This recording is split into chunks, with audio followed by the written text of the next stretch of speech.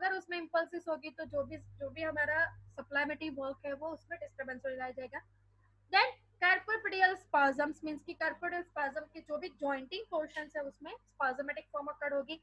Laryngeal means की steroids means की noisy breathing, noise type of the breathing में भी problematic condition होगी। Laryngeal spasms में leads to the death। अगर laryngeal spasm हो रहा है तो engulfment में भी प्रॉब्लम होगी। जो engulfment फूड मटेरियल्स का है, सलाइवा मटेरियल्स है, तो उसमें laryngeal और स्पाजम हो गया तो ब्रीथिंग में भी प्रॉब्लम हो सकती है, स्वेलिंग में भी प्रॉब्लम हो सकती है। स्वेलिंग से कारण उसमें फूड मटीरियलिस्टिक सलाइवेटिव वाटरी पोजेंस हम नहीं दे सकते, और किसको कॉज करता है वो डेथ को, राइट। जैसा साइंस एंड सिम्टम्स यहाँ पे साइंस दिया गया है, कोवर्सिव signs, Trousseau's signs and the क्यूटीज है, that is a medical terminology जो आपको नहीं पढ़नी है। लेकिन चौवक साइंस किसका रीजन क्या है कि हमारी बॉडी में जो न्यूरोमस्कुलर सप्लाई हो रहा है, जो क्या कर रहा है, बढ़ रहा है, जो उसमें इम्पल्सिस बढ़ रहे हैं, the test of the signs that is called as what, Chvostek's signs. Trousseau's signs that is called as what, which is related of the site means की जो वहां के जो लेरिंगियल स्पाजम जो कॉज कर रहे हैं वहां के टिश्यू रप्चर हो रहे हैं, जो प्रॉपरली रप्चर होना और नेग्रोस्ट हो रहा है, एपोप्टोसिस तो हो रहा है लेकिन नेग्रोस्ट हो रहा है तो वो रिवर्सिबल नहीं हो सकते, तो which leads to the death condition, क्योंकि ब्रीथिंग में प्रॉब्लम होगी, वहां पर नरिशमेंट नहीं मिलेगा। तो and the Q and the T intervals of the ECG because neuromuscular form होगा, मायोकार्डियल इन्फेक्शन होगा, और मायोकार्डियल फॉर्मेशन में कोई भी प्रकार का होगा, जैसे डिस्टोलिक जो भी डायस्टोलिक एंड सिस्टोलिक जो भी फॉर्म हो रहा है उसमें जो ईसीजी ले रहा है इलेक्ट्रोकार्डियोग्राम उसमें Q और T में इंटरवल्स होगा, मींस कि उसमें ज्यादातर इंपल्सेस देखने को मिलेगा, इंटरवल्स मिलेगा। चौवक साइंस हम देख रहे हैं कि ट्विस्टेड द फेशियल मसल, जैसे हम देख रहे हैं कि जो न्यूरोमस्कुलरिटी फॉर्म्स के रिलेटेड जो डिफॉर्मिटीज बन रही है, इसको क्या बोलते हैं, चौवक साइंस, जो हमने अभी देखा। तो twist the facial muscles following the gentle tapping over the facial nerve in front of the year that indicates the hyper irritability of the facial nerve, means की जो टैपिंग फॉर्म कर रहे हैं, मींस की वहां से ट्विस्ट करेंगे तो वहां बहुत ज्यादा इरिटेबिलिटी होगी, इरिटेशन फॉर्म होगा और फेशियल नर्व्स वहां पे डैमेज हो गए, मींस की देख सकते हो आपके यहाँ पार्शियल फॉर्म हो रहा है या इरिटेबिलिटी हो रही है यहाँ से सब उसको ट्विस्ट करने के कारण। नेक्स्ट देखते हैं स्टूडेंट्स हम टोजक साइंस मींस क्या, test the latent tendency which the carpal spasm induced by the inflating a sphingomanometer curve of the upper arm to pressure the excreting systolic blood pressure of the 3 minute means की excreting systolic blood flow जो क्या है 3 minute के अंदर उसका spasmodic condition के कारण वहां पे स्टॉप हो जाएगा, कफिंग मत cuff, that is a portion of that upper arm portion के वहां इरिटेबिलिटी कॉजिंग होती है कि जो एक्साइटिंग प्रोसीजर सिस्टोलिक ब्लड के प्रेशर के कारण एवरी 3 मिनट में उसका चेंजेस आएगा because of the Trousseau's science.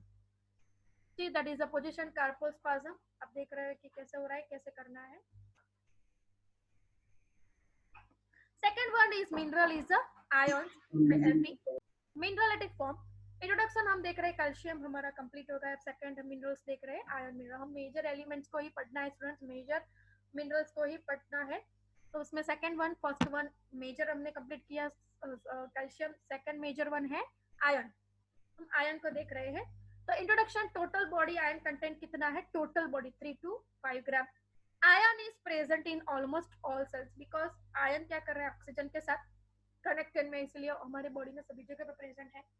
Haem containing proteins, haemoglobin, जैसे कि हीम मींस की जो भी ब्लड सेल से रिलेटेड जो भी प्रोटीन कनेक्टिविटी उसके साथ वो देखने को मिलेगा, जैसे haemoglobin, myoglobin, cytochromes oxidase, catalyse peroxidase, xanthine oxidase and the tryptophan। xanthine oxidase पता ही है हमें कि न्यूक्लियोटाइड मेटाबॉलिज्म में हमने xanthine oxidase को पता स्टडी किया था, and trypsin pyrrolase, that all are the heme containing, जो न्यूक्लिक एसिड सीक्वेंस को न्यूक्लियोटाइड मेटाबॉलिज्म में हेल्प कर रहा है। हीमोग्लोबिन मींस की जो आरबीसी में है, मायोग्लोबिन जो सीरम और प्लाज्मा में कनेक्ट कर रहा है कि जो इम्यूनिटी को सब्सटेंस को प्रोड्यूस कर रहा है।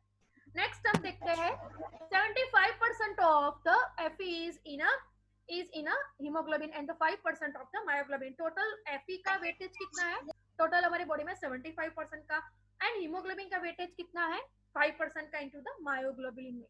Non heme ion containing protein, जैसे कौन कौन सा है कि जो प्रोटीन के साथ बाइंड नहीं होके उसकी एक्टिविटी स्टार्ट करे, जैसे पैरिन, ट्रांसफेरिन, हेमोसिडरिन, लैक्टोफेरिन एंड द न्यूरोफिल्स के जो न्यूट्रोफाइल्स के जो काम कर रहा है किसके साथ, नॉन फेरन मींस की जो आयोनेटिक बिना but ion substance cofactor ion के साथ है लेकिन वो आयोनिक सब्सटेंस के साथ उसकी एक्टिविटी नहीं होती, that is non heme ion containing of the protein. Biochemical functions, what are the biochemical functions most important? तो टिश्यू रेस्पिरेशन, कि जो टिश्यू को रेस्पिरेशन में हेल्प करता है आयन, बिकॉज ऑब्वियसली रेस्पिरेशन के साथ ही होगा, Fe के आयन मटेरियल इसकी कार्बीसी में इन्वेड होगा, तभी जाके वो प्रोटीन के साथ काम करेगा और वही ऑक्सीजनेटी सप्लाई में हिम काम कर रहा है. Ion can change readily between ferrous and the ferric state and function in electric transfer reaction, की जो बायोकेमिकल फंक्शंस कॉज कर रहा है, कि जो फेरिक स्टेट कर रहा है, मींस कि फेरस से फेरिक बन रहा है, तो वो किसके रीजन बिहाइंड बन रहा है? तो हीमोग्लोबिन रीजन बिहाइंड बन रहा है. किस किस के साथ वो फेरिक रिएक्शन ऑक्सीडाइज करेगा? तो साइटोक्रोम्स के साथ, NADH डिहाइड्रोजनेस के साथ और सक्सिनेट डिहाइड्रोजनेसिस के साथ. तो जो तीनों तीन के साथ वो काम कर रहा है. सक्सिनेट डिहाइड्रोजनेसिस पता है क्रेब्स साइकिल के अंदर जो हर एक मेटाबॉलिज्म के साथ वो काम कर रहा है. NADH डिहाइड्रोजनेस, जितने भी NADH type of the dehydrogenases form हो रहा है उसमें आयन का यूज होता है. Transport of the gases, obviously जितने रेस्पिरेटरी मैकेनिज्म है सभी में O2 के साथ का जितना कनेक्टिविटी हो सभी में वो काम करेगा. जैसे कि able to bind with the molecule on oxygen and CO2, जो एबल टू बाइंड हो रहा है, कि जो गैसेस को ट्रांसपोर्ट कर रहा है ऑक्सीजन और CO2 को, उसको मेंटेन कर रहा है. The main function is to coordinate the O2 molecules into the heme and hemoglobin so that it can be transported from the lungs to the tissue. Means कि जो उसका मेन फंक्शन है क्या है? तो कोऑर्डिनेट कर रहा है ऑक्सीजन मॉलिक्यूल्स के साथ हीम और हीमोग्लोबिन को बाइंड करने के लिए. इसीलिए उसका ट्रांसपोर्ट मैकेनिज्म लंग्स और टिश्यू के साथ है, जिसके ट्रांसपोर्ट मैकेनिज्म O2 के साथ सबसे ज्यादा होगा. इसलिए O2 और CO2 का मेंटेनिंग करने का काम कौन कर रहा है?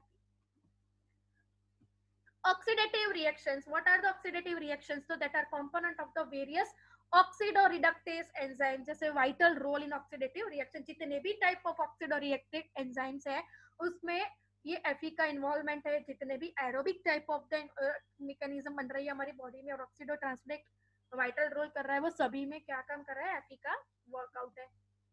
इम्यून रिस्पॉन्स, ऑब्वियसली तो required for the effective activity of the lysosomal enzyme.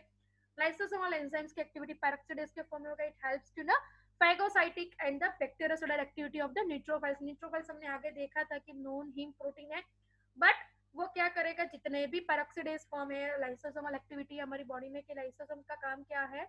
एंगल्फमेंट of the bacterial agents of the phagocytic bactericidal activities को इंक्रीज करेगा, न्यूट्रोफाइल्स को भी इंक्रीज करेगा. रिक्वायरमेंट्स क्या है? तो Indian diet contain greater than 10 to 20 mg of iron, only about the 10% of its absorb. इसमें से कितना परसेंट एब्जॉर्ब होता है? 10%. बाकी जो है रेगुलर जो है वो इन्वॉल्वमेंट होता है हमारी मैकेनिज्म में, जो ऑक्सीजन के साथ सब मैकेनिज्म काम करती है. 1 mg is eliminated each day from the human body by the shredding of the skin, epithelial cells and the cells lining urinary tract and small extent in urine plus sweat. Means कि जो another 1 mg हमारी body में से eliminate होगा, जो elementary forms में काम कर रहा है, जो शेडिंग कर रहा है, स्किन के कलर को फॉर्म कर रहा है, एपिथेलियल सेल्स को नरिश करेगा, सेल लाइनिंग यूरिनरी ट्रैक्ट, जो लाइनिंग फॉर्म बन रहा है यूरिनरी ट्रैक्ट का, and small extent the urine plus sweat. Means कि थोड़ा परसेंट किस में जाएगा? यूरिन बनने के और स्वेटिंग फॉर्म में. स्वेटिंग फॉर्म को एक्सक्रीट करने के लिए आयन का मैकेनिज्म वर्क करता है. Require in high for the woman, तो वुमेन्स में ज्यादा क्यों है? तो 20 to 40 mg per day. Blood loss in each menstrual cycle due to of that reason, blood का रिक्वायरमेंट ज्यादा रहता है. Daily intake demanding 3 to mg ज्यादा ही रहता है. किसमें? नॉर्मल के 20 mg, 20 to 40 mg रेगुलर के लिए. और जो प्रेग्नेंट और लैक्टेटिंग वुमेन है तो 20 to 40 ग्राम से 3 to 4 ग्राम ज्यादा. तो जो नॉर्मल के साथ 3 to 4 ग्राम कौन सी कंडीशन में ज्यादा देना चाहिए? तो प्रेग्नेंट और लैक्टेशन जिसका चालू है उसके वुमन को, वो टाइप ऑफ द वुमन को. 900 mg किसको? The diversion of the iron और the foetus in the pregnancy. जो 900 ग्राम किसको देना चाहिए? जो आयरन डेफिशिएंसी से हो रहा है एंड फोइटस के डेवलपमेंट प्रेगनेंसी ड्यूरेशन में हो रहा है. During the blood loss, delivery के पोर्शंस पे जो ब्लड लॉस होता है तब इतना चाहिए. एंड सब्सिक्वेंट ब्रेस्ट फीडिंग, तो ब्रेस्ट फीडिंग के ड्यूरिंग लैक्टेशन के पीरियड के ड्यूरिंग 900 mg हमें during pregnancy, delivery and feeding कितना चाहिए? 900 mg पर ग्राम. रिक्वायरमेंट क्या है चिल्ड्रंस की? देख ले, 10 mg पर डे. एडल्ट में भी 10 mg पर डे. मेल्स में कितना है? 10 to 12 mg per day. Woman में normal 10 to 20 mg per day. Pre menopausal woman को कितना चाहिए? 80 mg per day. Post menopausal को प्री मेनोपोजल को 18 mg पर डे चाहिए और पोस्ट मेनोपोजल को कितना चाहिए? 10 mg per day. Pregnant and lactating को 40 mg पर डे रिक्वायर्ड चाहिए. सोर्स क्या है उसका तो देखते हैं हम। तो गुड सोर्स है लीफी वेजिटेबल्स 20 mg पर 100 ग्राम। पल्सिस, पल्सिस में से मिलता है कितना? पल्सिस मीन्स क्या है कि जितने भी टाइप ऑफ द लिंक्यूम्स है ना, जैसे कि हम बोल रहे हैं जितनी प्रकार की दाल होती है ना वो सभी पल्सिस बोलते हैं, जिसमें ज्यादातर रिक्वायरमेंट होता है प्रोटीन का, फेरस का, इनका, जैसे सोयाबीन है, वो सभी को पल्सिस बोलते हैं कि जिसमें मेजर कंपोनेंट होता है पल्सिस। 10 mg पर 100 ग्राम सीरियल्स में, 5 mg पर 100 ग्राम liver, 5 mg per 100 gram and meat, 2 mg per 100 gram fish, dried fruits, jaggery and the iron cookware। जो सभी में क्या होता है good source for the iron. Poor source किस में हो तो मिल्क में, व्हीट में और पॉलिश्ड राइस में उसका पुअर सोर्स है।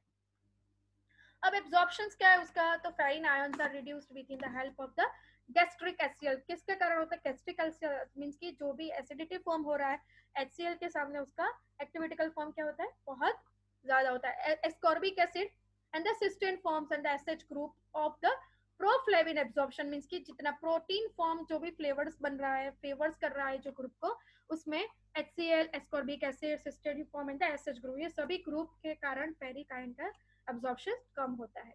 Calcium, cuprous, zinc and the molybdenum प्यूबलिक फॉर्म्स जो इनहिबिट कर रहा है एब्जॉर्प्शन को, जो भी आयंस है उसको इनहिबिट कर रहा है।